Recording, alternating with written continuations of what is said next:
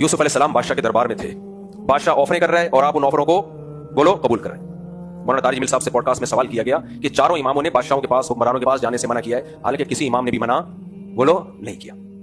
अगर मना किया है तो वो लालच में, अपनी लालच के लिए, अपने आप को फेवर लेने के लिए, अपने मसाइल हल करवाने के लिए जो कर रहे होते हैं ना, कि मेरे बच्चे को आर्मी में कमीशन ऑफिसर भर्ती करवा दें, मेरे मामू रोजगार नहीं है उनकी दुकान बनवा के दे दें, मेरे बच्चे का बाहर अमेरिका का वीजा लगवा के दे दें, ये सब चीजों के लिए अगर कोई हुक्मरानों के पास जाता है तो वो दरबारी मुल्ला है, सरकारी मुल्ला है, उससे कोई खैर की उम्मीदें मत रखें।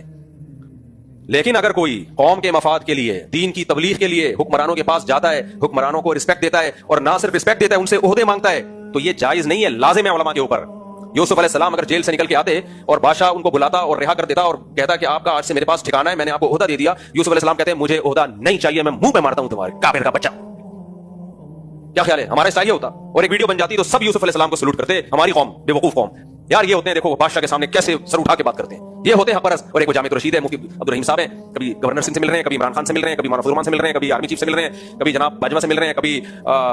जरदारी से मिल रहे हैं। ये देखो दरबारी, हम तो पहले ही कहते थे ये कौन है। अबे उस दरबारी वो इन लोगों से मिल के उनके अपने बच्चे के हालात देखो यार, घर नहीं है, जाती कुछ भी नहीं है।